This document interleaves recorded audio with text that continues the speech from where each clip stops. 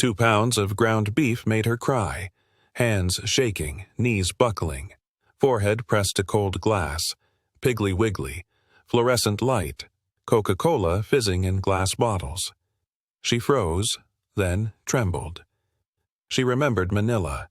1 chicken boiled for 47 men, bones saved, men fighting over cartilage, amputations done with fish hooks and sake as anesthesia. Nothing had prepared her for 17 feet of meat under bright lights. Why would they give us this? And what did she do next, when a butcher, a piano-playing widow, and a farm boy with a baseball changed everything? The back of the army truck smells like diesel and 37 terrified women who haven't bathed in 4 days. Sachiko Nomura presses her cheek against the rough canvas cover, feeling the metal bench dig into her spine with each pothole. Through a small tear in the fabric, Wisconsin countryside streaks past in violent shades of green she hasn't seen since before the war made everything gray. Her stomach lurches as the truck hits another bump. The woman next to her, Fumiko, the surgeon who amputated limbs with fish hooks and sake, grips Sachiko's arm hard enough to bruise. No one speaks. The only sounds are the engine's growl and someone's quiet, rhythmic praying. Sachiko closes her eyes and sees Manila, the Marine with the loudspeaker mounted on his armored car, promising in broken Japanese that they wouldn't be harmed. She'd been distributing the morning rations, 6 tablespoons of fermented seaweed per person, making the portions last by moving fast so no one could see how little went into each bowl. 20 soldiers died that week anyway. Malnutrition, the doctors wrote. Starvation, everyone knew. The truck slows, stops, out, slowly. Her legs shake when her boots hit American soil for the first time. Not soil, concrete, a parking lot so clean it looks painted. The guard, a boy who can't be older than 19, waves them toward a building with words she can't read except one, Piggly Wiggly. Grocery store, the translator says, a thin Japanese-American woman in an army uniform who won't meet their eyes. You each select items, practice, for integration. Practice. The word hangs in the cold March air. The automatic doors slide open. Sachiko stops breathing. The first thing that hits her is the cold. Not winter cold, artificial cold, pouring from vents in the ceiling like water. The second thing is the light. Fluorescent tubes stretch across the ceiling in perfect rows, turning everything harsh and shadowless. The third thing, the thing that makes her knees buckle, is the sheer impossible amount of everything. Aisles. Endless aisles of food in boxes and cans and jars stacked higher than her head. Colors she doesn't have names for. A woman in a clean dress pushes a metal cart past them without even looking, like this abundance is normal, like she shops in heaven every Tuesday. Move along, the guard says, not unkindly. Fumiko takes 3 steps and stops in front of a cereal display. 47 different boxes. Sachiko counts automatically. Fumiko reaches out with one shaking finger and touches a box of cornflakes. Just touches it. Doesn't pick it up. Behind them, someone drops something. Glass shatters. A guard rushes over, but the woman, Yuki, who hasn't spoken in 3 months, is just staring at her empty hands like they've betrayed her. Sachiko forces herself to walk, past canned vegetables stacked in pyramids, past bread so white it looks fake, past a display of Hershey's chocolate bars arranged like offerings at a shrine. Then she sees it. The meat counter runs along the entire back wall. 17 feet of refrigerated glass cases filled with beef, pork, chicken, all of it red and pink and fresh under bright lights. Neat white packages stacked in rows, price tags attached with string. Not salted, not dried, not rationed. Just there. Available. Waiting. She stops. Can't move. Can't look away. The last meat she distributed was in December. A single chicken for 47 soldiers. She'd boiled it for 6 hours to make the broth last. Saved the bones to boil again. Men fought over who got to gnaw the cartilage. Her hand moves without permission. She walks forward until her palms press flat against the cold glass. The fluorescent lights hum above her. Behind the counter, a heavy man in a blood-stained white apron watches her. His name tag says Earl. "Ichi," she whispers. 1 package of chuck roast. Ni. 2 packages of ground beef. San. 3 packages of pork chops. The numbers come faster. She counts in Japanese because English has left her brain completely. Her breath fogs the glass. Somewhere behind her, the translator is explaining something to the guards, but the words don't reach her. Shi, go, roku, shichi. 47 packages. The exact number of soldiers she'd fed on that last chicken. Her voice cracks. The sob comes from somewhere deep, a place she's kept locked since Manila. Her forehead drops against the glass. Both handprints remain, perfect and clear. "Ma'am?" Earl's voice is soft, concerned. "Ma'am, you okay?" She can't answer. Can't explain that she's not sick, she's not dying, she's just counting the distance between what she believed about America and what's real. She'd been taught that Americans were barely surviving their own war, that they rationed like everyone else, that the propaganda about abundance was lies. 17 feet of meat says otherwise. Earl looks at the guard. The guard shrugs, confused. Earl unwraps 2 pounds of ground beef from the case, wraps it in clean white paper, and walks around the counter. "Here," he says, holding it out. "On the house." The translator speaks quickly in Japanese. Sachiko just stares at the package. It's against regulations. She knows this even without understanding English. The guard should stop him. The guard looks away. Earl presses the package into her hands. It's cold, heavy, real. She clutches it to her chest like she used to hold her medical bag, when she believed she could save people, when weight in her arms meant hope instead of grief. A camera flash goes off. The local reporter, a thin man with a notepad, lowers his camera and scribbles something. The image will go nowhere in 1946. Nobody wants to see a Japanese nurse crying over chuck roast. But Sachiko holds that meat against her donated coat and feels the cold seep through to her skin. And for the first time since the surrender, she understands that the war isn't over. Just because the shooting stopped. It's over because she's standing in a grocery store in Wisconsin counting packages of meat like a child counting stars, trying to comprehend infinity. Earl goes back behind his counter. The guard coughs and says it's time to move on. The translator touches Sachiko's shoulder gently.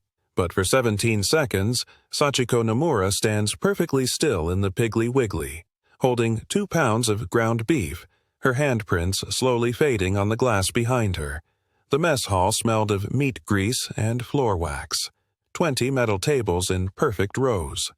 Sachiko sat with her hands folded, staring at the tray in front of her like it might explode. Salisbury steak, mashed potatoes with butter pooling in the crater, green beans glistening with what looked like bacon fat, a dinner roll so white it seemed to glow under the fluorescent lights. She didn't touch it. None of them did.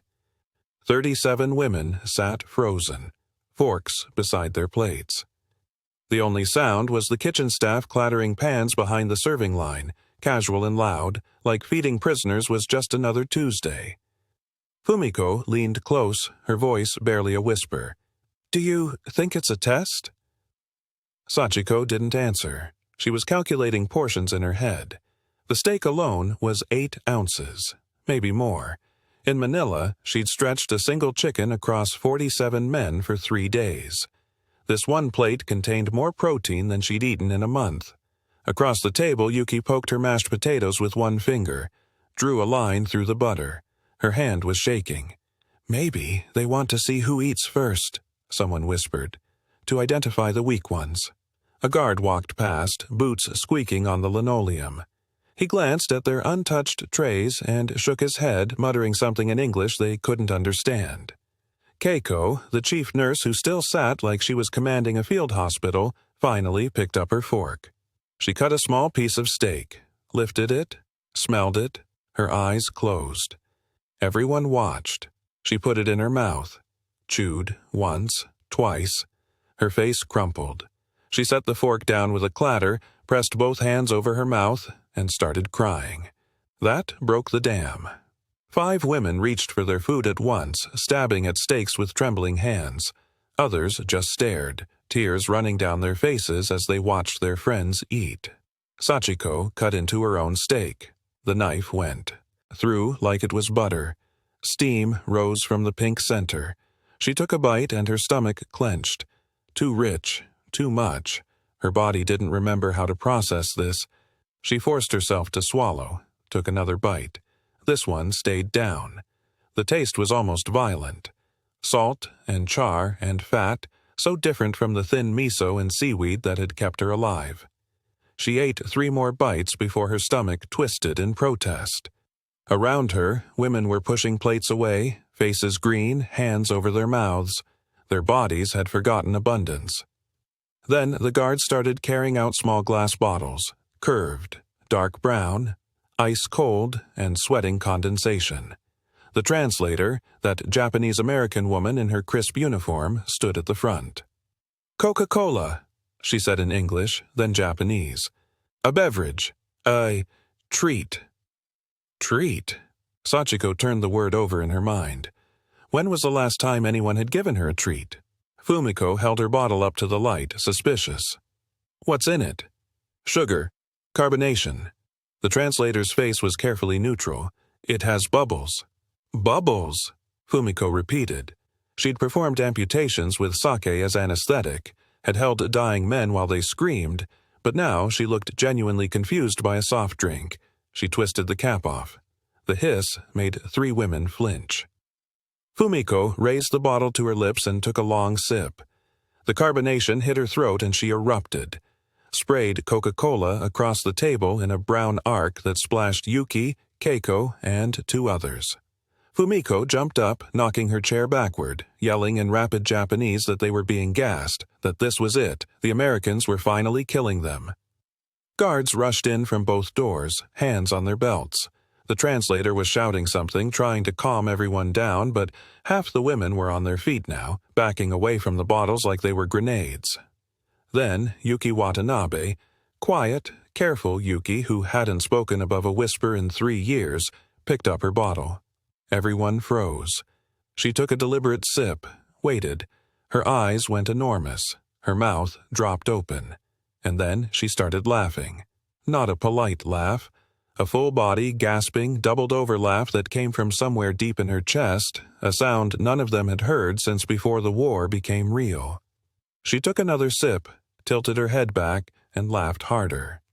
Sachiko grabbed her own bottle. The first sip burned, bubbles attacking her throat like tiny needles, sweet and strange and wrong. She gasped, coughed, felt her eyes water. Then she took a second sip.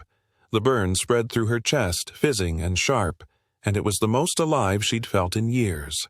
She started laughing too. Couldn't help it. The sensation was so completely absurd. Fumiko, still standing, wiped Coca-Cola off her chin and tried again. This time she was ready for it. She swallowed, grimaced, and a smile cracked across her face. Within 2 minutes, all 37 women were drinking. Some laughing, some crying, some doing both at once, tears running down their faces while they tipped bottles back, chasing that sharp sweetness. Sachiko drained her bottle in 4 long gulps. The sugar hit her bloodstream like a drug. She felt lightheaded, giddy, her stomach sloshing with carbonation and too rich food.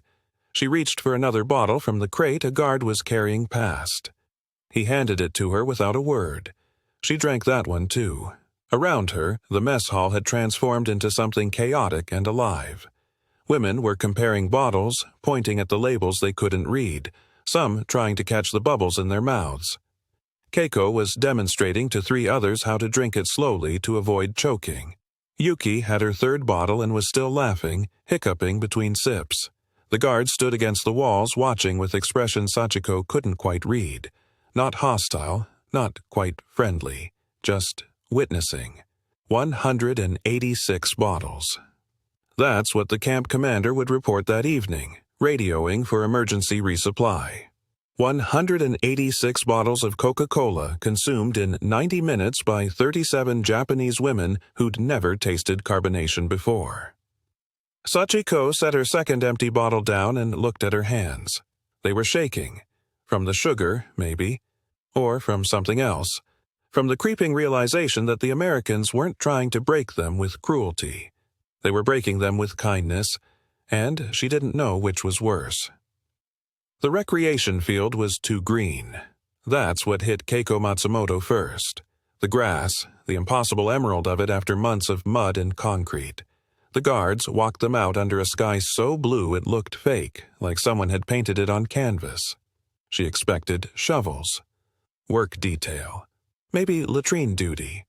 Instead, men in civilian clothes were laughing. Keiko stopped walking.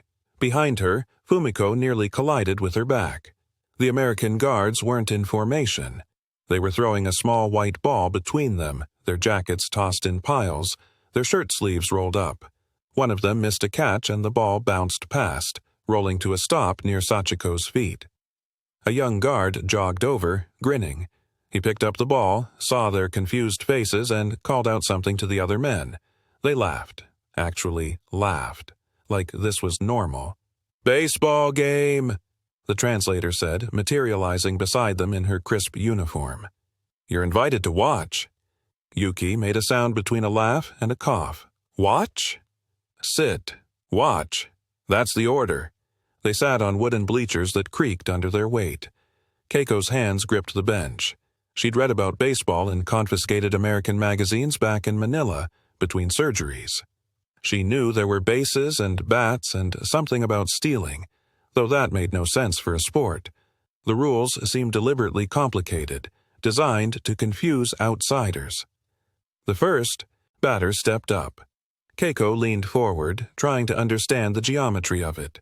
9 men spread across a diamond shape, everyone waiting for something she couldn't predict. The pitcher wound up, released. The crack of the bat against the ball was gunshot loud. Keiko was on her feet before she knew she was moving, violating every protocol, her hands flying to her mouth as the ball sailed over the fence. The batter ran, not away from danger, but in a perfect square, touching each white base while his teammates cheered and slapped each other's backs. The young farm boy guard, Dale, turned around. "You okay, ma'am?" "Why does he run in a square?" The words burst out in English, her voice sharp with frustration. "Why do they wear bags on their hands? What is the purpose of the stick?"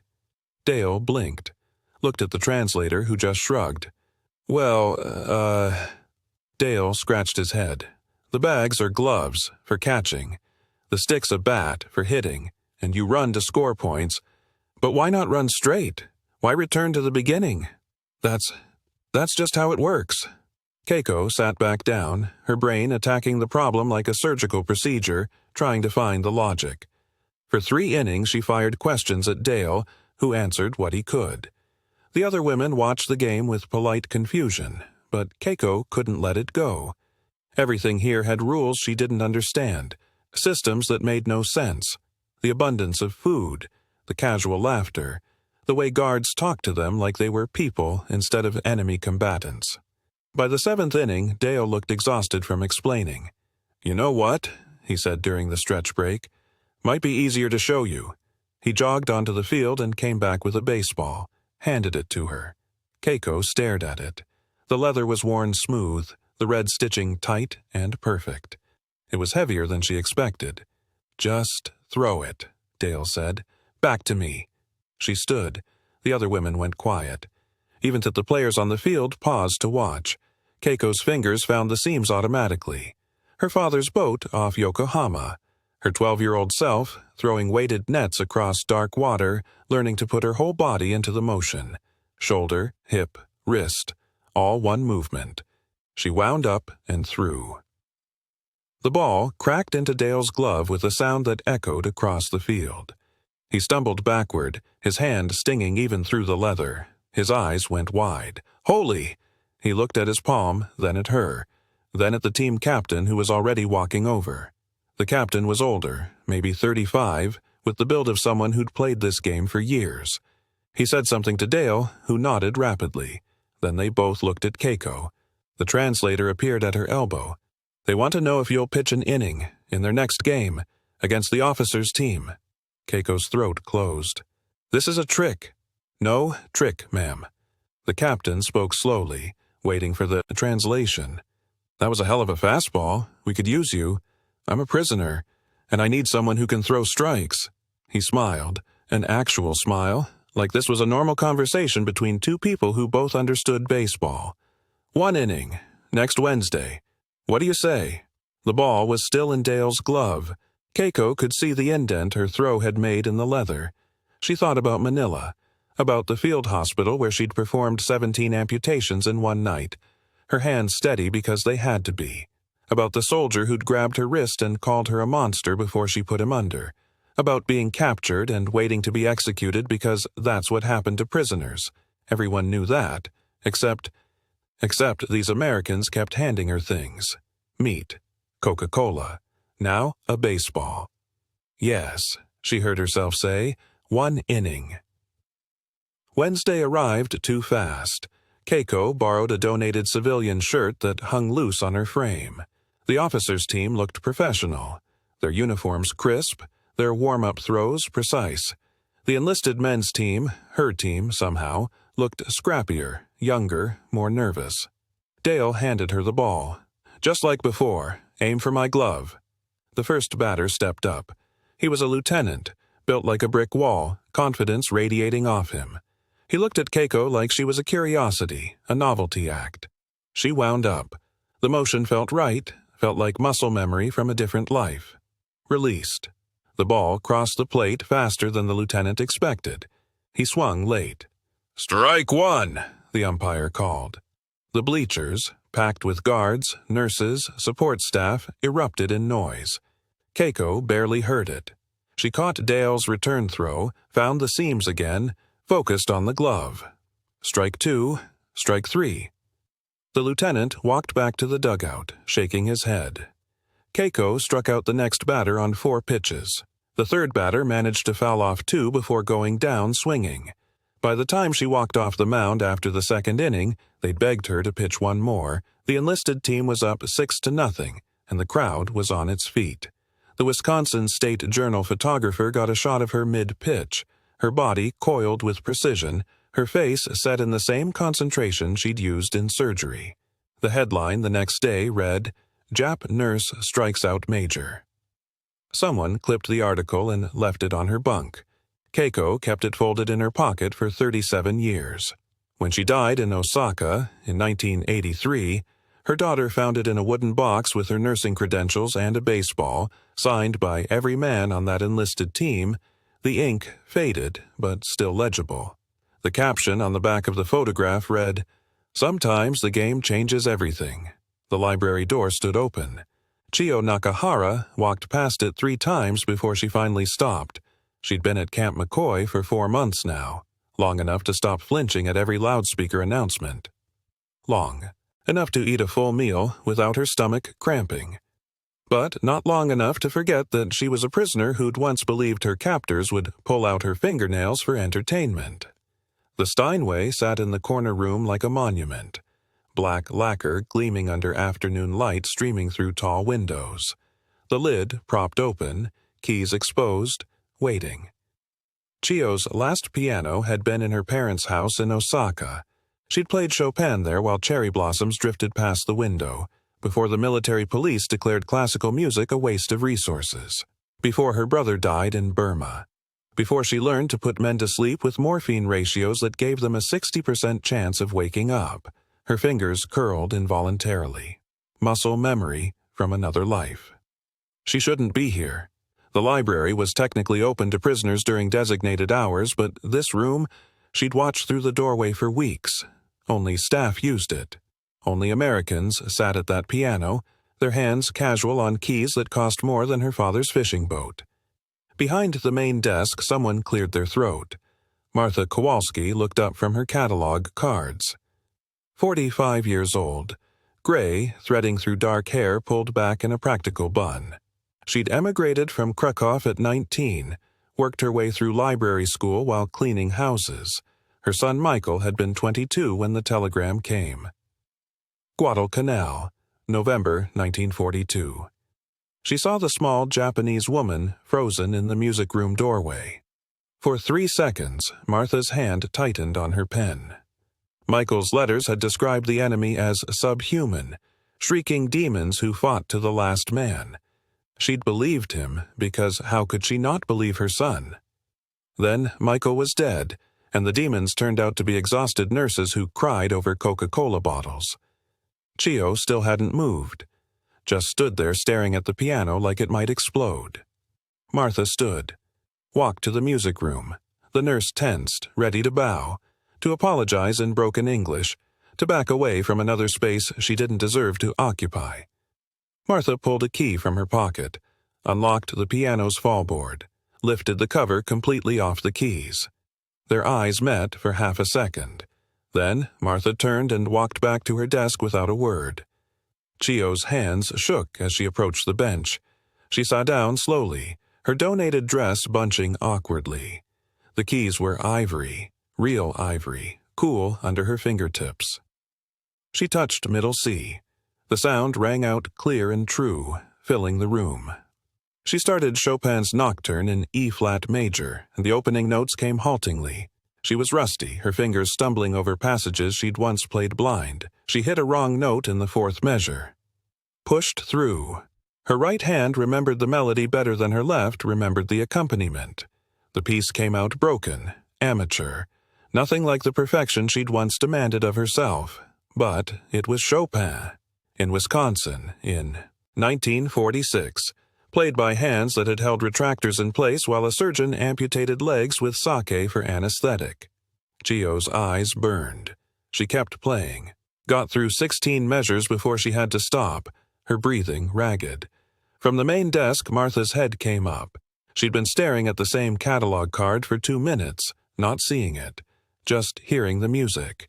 Her mother had taught her that nocturne in their cramped Krakow apartment, before the hunger, before the boat to America, before everything. She stood up again, walked back to the music room. Chio jumped up from the bench, bowing rapidly, stammering apologies in Japanese. Martha sat down at the piano. She played the same nocturne, perfectly. Her fingers moved with the confidence of decades, shaping the melody the way her mother had taught her, the left hand rolling through the arpeggios like water. She reached the passage where Chio had struggled and sailed through it without hesitation. When Martha finished, silence filled the room like a held breath. Chio's face was wet. Martha's hands stayed on the keys. "Tomorrow," Martha said. 2 o'clock. Chio didn't speak English, but she understood. She bowed, deep and formal. Martha nodded once, stood, walked back to her desk. The next day, at 2 o'clock, Chio returned. Martha unlocked the piano again. They sat side by side on the bench, not speaking. Martha played Beethoven's Moonlight Sonata. Chio listened, her hands folded in her lap. When Martha finished, she gestured for Chio to try.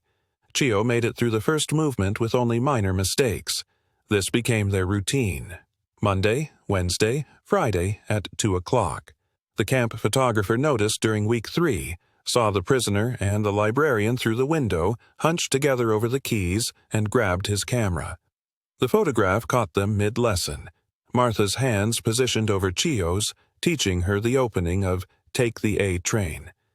4 hands on the keys, the Japanese woman's face intense with concentration.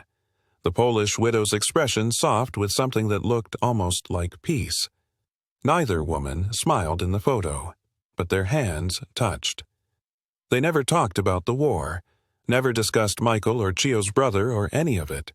Sometimes Martha would bring sheet music, Gershwin, Ellington, American jazz that sounded like chaos to Chio's classical training. She'd play it first, her fingers dancing through the syncopation. Then Chio would try, stumbling through the unfamiliar rhythms until they started to make sense. Other times, Chio would request Schubert or Brahms, and they'd play through German Romanticism together, their hands moving in synchronized patterns, speaking a language older than countries. By July, Chio could play Rhapsody in Blue, well enough that other prisoners started gathering outside the library windows during their sessions. By August, 2 guards regularly sat in the hallway, listening. In September, the repatriation orders started coming through. Chio received her papers on a Wednesday. She showed them to Martha during their session, her hands trembling. The older woman read through the bureaucratic Japanese slowly, not understanding the words but comprehending their meaning.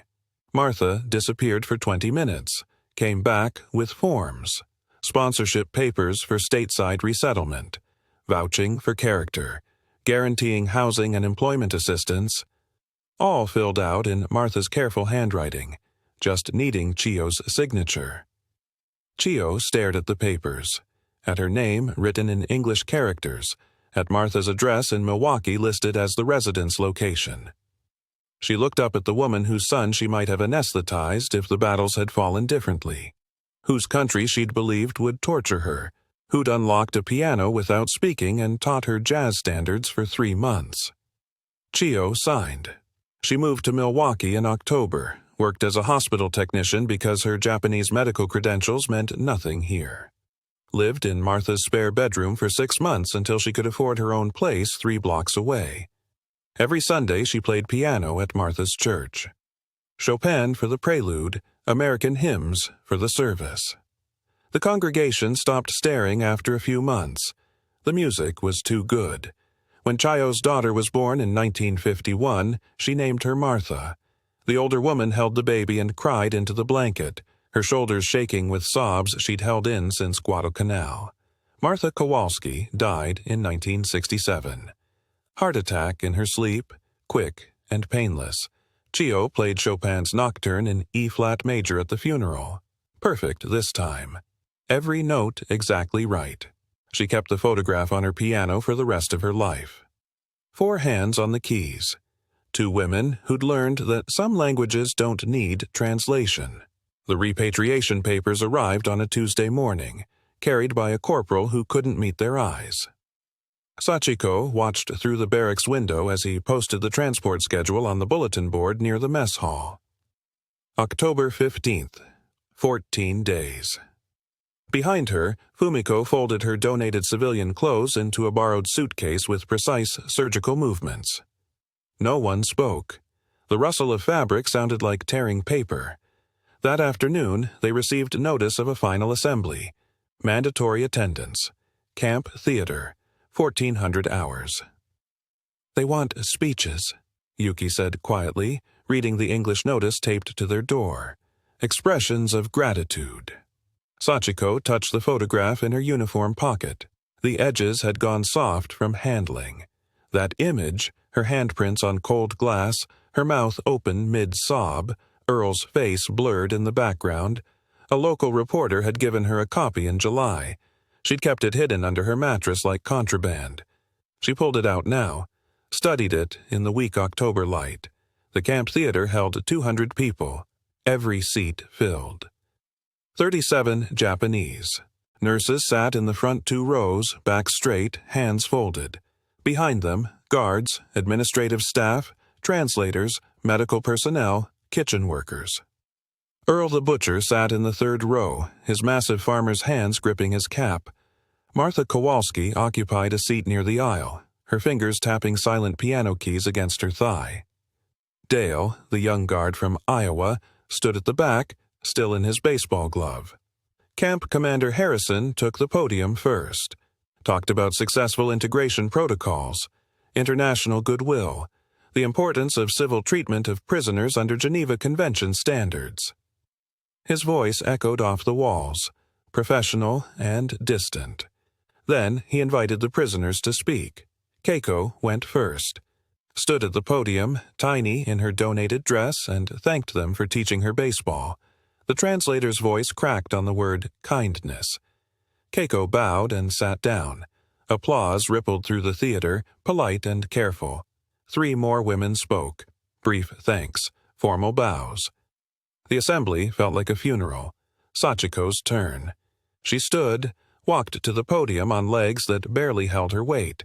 The translator, the same Japanese-American woman from the Piggly Wiggly, moved to stand beside her, professional mask in place. Sachiko was supposed to thank them for the food, the shelter, the medical care. Instead, she pulled out the photograph, held it up so the entire theater could see. "This is me," she said in Japanese, her voice steady. "March 19th. Piggly Wiggly Grocery Store. I am 23 years old, and I am counting packages of meat." The translator hesitated. Sachiko nodded. "Keep going. In Manila, I distributed rations to 200 soldiers. Each man received this much rice." She cupped her hands, showing a space the size of a child's fist. "And this much dried fish." Smaller. 200 calories when they needed 2,000. I watched them die slowly, their bodies consuming themselves. I stayed healthy because I was useful, because they needed me to keep working. The theater had gone completely silent. No coughing, no shifting. They told us Americans would torture us, rape us, execute us. I believed them because I had no reason not to. Sachiko's hands shook. The photograph trembled. "Then I came here, and I saw 17 feet of fresh meat, under glass, refrigerated, available to prisoners, to us." Earl made a sound in the third row, a choked sob. "I did not count 47 packages because I was grateful." Sachiko's voice hardened. "I counted because I could not believe what I was seeing was real. I counted the distance between what I was told to believe and what was actually true." The translator's voice broke completely. Tears streamed down her face as she struggled to keep speaking. "We lost the war.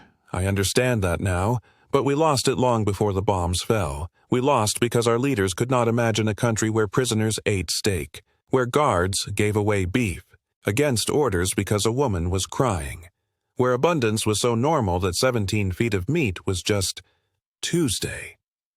Sachiko turned to face Camp Commander Harrison directly.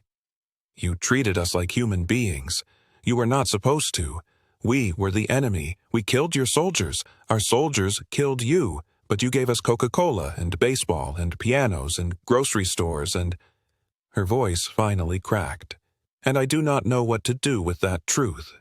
She looked at the photograph one more time, her handprints, that moment of complete collapse. "I am going back to Japan to tell them what I saw. Not about the bombs, not about the surrender. About this." She held up the picture. "About the butcher who broke the rules because kindness mattered more. About the widow who taught me jazz even though I came from the country that killed her son.